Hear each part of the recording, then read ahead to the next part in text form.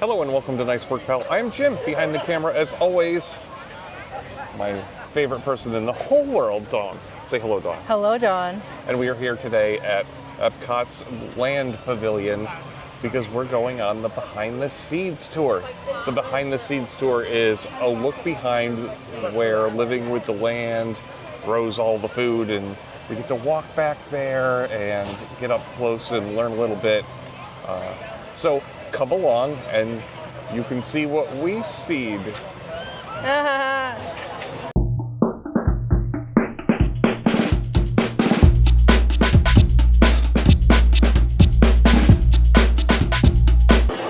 So we're all checked in for our tour. You check in right here at this nice booth that's at the end of the Living with the Land tour. And we got these nice tour guest badges, very formal, and we have to give them back afterwards. No free souvenirs.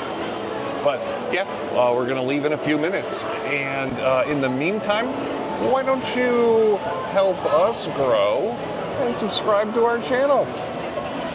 It's better than watering us.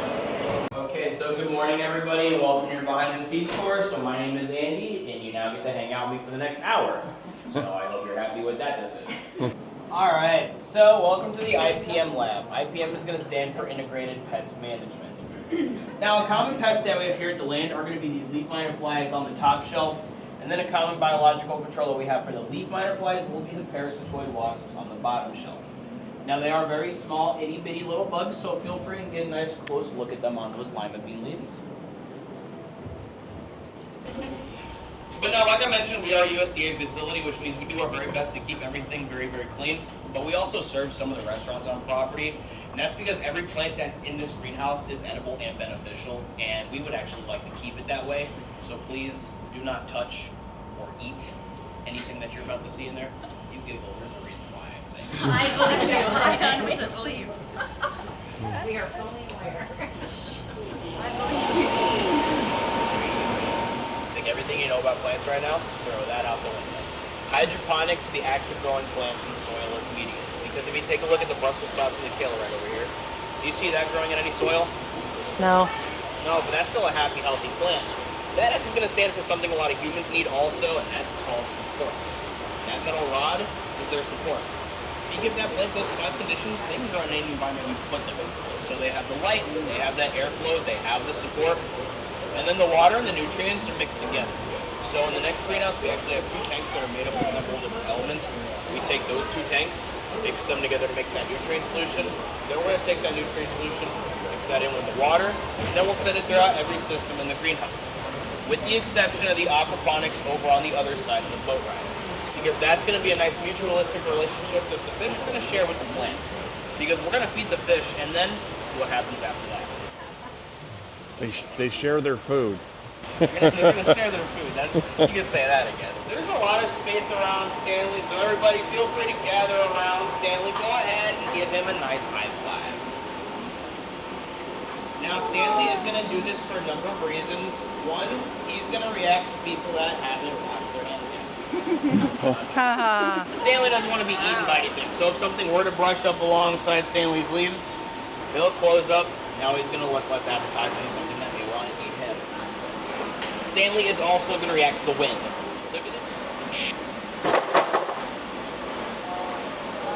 Now all that rainwater is going to go down to his roots, and he's going to get a nice little drink out. But don't be worried, Stanley's perfectly fine because he'll go back to normal about 10 to 15 minutes. Because I said we're not going to touch anything, and we already broke rule number 1, so we might as well break rule number 2 and eat something then, right? Yeah. Because I got some cucumbers in our first harvested this morning for you. Is something you are interested in? Are they Mickey shaped? Maybe. No. Unfortunately, That is so gross. feel free to dig right in.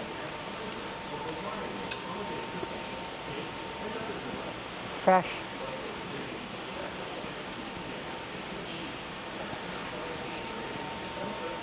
Was that a good cucumber? Best I've ever had. Also, the most expensive I've ever had. This greenhouse will also nickname it the string greenhouse because a lot of what you see grown in here will be grown on string. So a couple of examples are the cucumbers over on the other side of the boat ride and these tomato vines.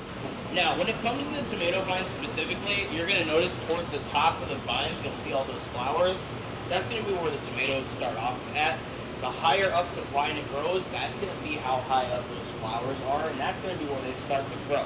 So this is going to be called our leaner lower system, because what we do is we actually take these tomato vines, we are going to lean them on top of each other, because then that will allow the fruits to produce lower to the ground. It's also going to be very beneficial in having a large amount of those crops grown in such a small, compact space. That string is really going to help promote all that vertical growth and all that compact space. But now when it also does come to string, not only is the string going to promote vertical growth, which helps get a large amount of those crops grown in a small, compact space, but it's also going to be very creative also, because who likes sweet potatoes? Have you ever heard of a sweet potato tree before? No. That's because they don't exist. Oh. We wanted to make a sweet potato tree anyway. So we just took some of those vines, wrapped string around those vines, set the vines to the top of the trellis, put those vines inside some pots, and now right over here we have sweet potatoes that are growing and hanging from the top of this trellis almost like a sweet potato tree. Why do we have a sweet potato tree? Because you can. Because we can. Now every Tuesday morning we're going to harvest a different set of panels. So this upcoming Tuesday, the set across the boat ride that says Epcot, that's going to be harvested this upcoming Tuesday. Oh, that's cool. Then we're going to harvest a set right in front of me a week after that. We'll harvest a set underneath Epcot in 2 weeks. Now if you take a look, the outline looks like Mickey Mouse. 3 weeks, we're going to harvest a set right next to us by the water, and then we're going to repeat the process in a month back over the set of panels that say Epcot. Now we're going to harvest around 500 heads of lettuce a week. That's 2,000 heads of lettuce a month. So because our nutrient solution, that's really what's allowing us to pump that yield out very quickly, very efficiently, is the acidity in that nutrient solution. What does that look like? Mickey. Big cheese himself, Mickey Mouse. So you're going to take a cucumber, put it inside that mold. That cucumber is then going to grow to fill that mold, and then eventually you're going to have fun, exciting shapes. Like Mickey Mouse shaped cucumbers. Now we're also going to do this with in Halloween time with the pumpkins. So we're going to take a mold that looks like Mickey Mouse. We're going to put a pumpkin inside that mold. That pumpkin is then going to grow to fill that mold. And then eventually we're going to have Mickey Mouse shaped pumpkins. Now everything you see grown in this greenhouse is going to be grown in sand. Now the sand is not only going to look cool for the boat ride, but it's going to show the rest of the world how hydroponics can help some of those areas around the world that don't have access to a lot of soil. Think about your arid, deserty regions. There's lots of sand, not a lot of soil. Now the sand in here can be anywhere from 2 to 5 feet deep. That's how deep the roots are. So now the next question is, how are we getting the water down to the roots if the roots are 2 to 5 feet deep below the sand? Well, the answer is going to be this drip irrigation system right here. All right, who likes fish? All right, we're going to go to the aqua cell. We're going to go take a look at some fish next. So if you want to go ahead and uproot yourselves and follow me. But these long-handled dipper gourds are purely ornamental. If we were going to harvest them for consumption, they would be about 3/4 of the size they are right now.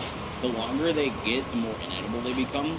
So they're really just here for show for the holidays, so we can put bows on them. But now fish farming is very important because around 50% of the world is going to use aquaculture to some degree. And that's because at least every culture around the world has seafood as some part of their diet. So we want to look at sustainable methods at sourcing, harvesting, and then farming all of that seafood. But now seafood is also a very reliable food source because if you think about something like a cow, it's going to grow a pound for every 8 pounds of food you feed them. But something like our hybrid bass and tilapia, they're growing a pound for every 1.2 pounds of food you feed them.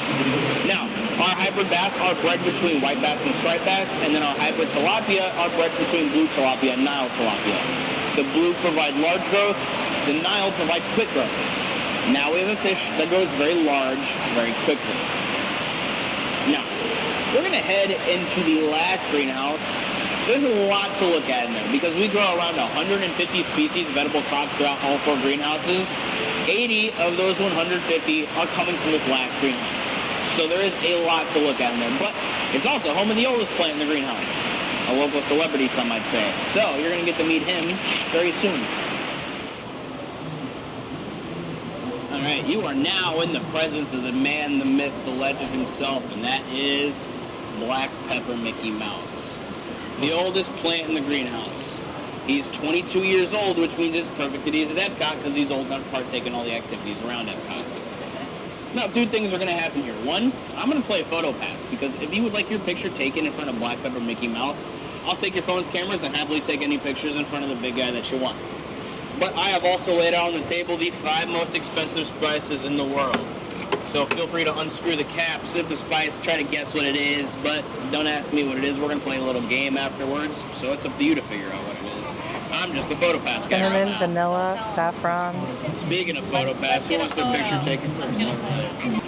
Alright, now my little game. 5 most expensive spices in the world. I want you to not only tell me what the spice is, but I also want you to put in order of most expensive spice to least expensive spice. Oh, So jeez. you're going to have to work together as a team to do that. This is like The Price is Right. We're gonna win a car. Other way. Yeah.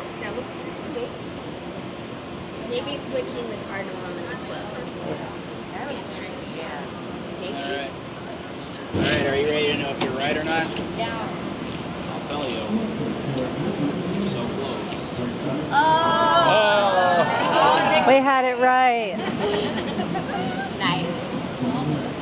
33, what is it? Saffron, Saffron. 28. vanilla, 10. Cardamom. Cardamom.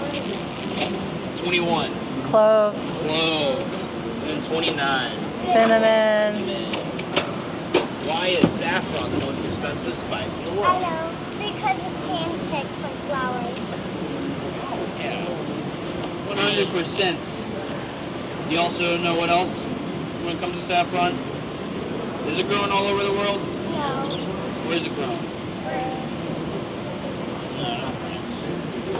Flower only grows in the Middle East. It's very hard to harvest. You see those 3 red stamens that are in the middle of that flower? Yeah.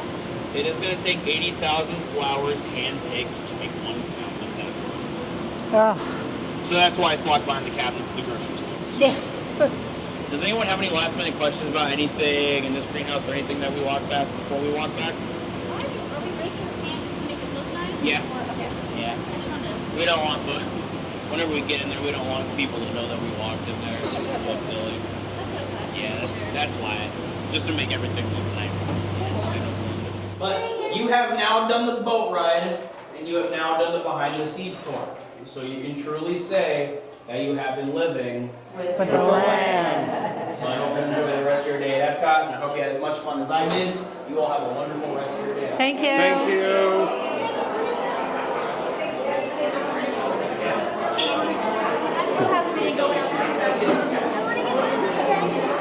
So that was our tour. It was a good tour. It was super informative. Like it was like going to school.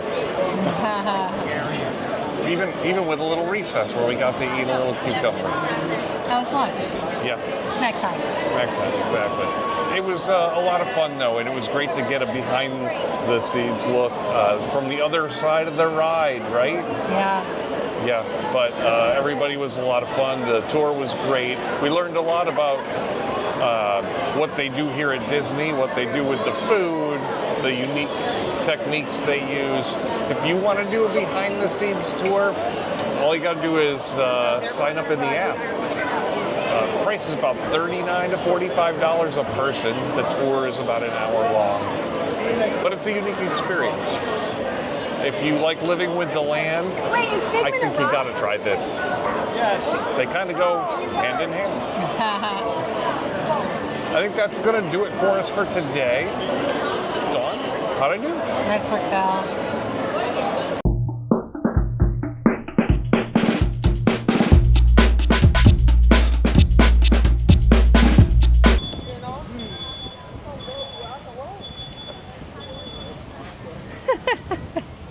We get to go to the Taste and Touch Labs. Oh, good. I'm pretty sure if we eat anything, the Oompa Loompas come out. Are we going with you? Yes, it's okay. We're going to the Dolo Party. Chicago, Illinois. I'd like to say, I don't know where the Chicago suburbs. Meet the fort. We're going to the Japan part of it. Getting soda. And then having a sushi, right? VIP tour. Our tour was better. I mean, I'm biased, but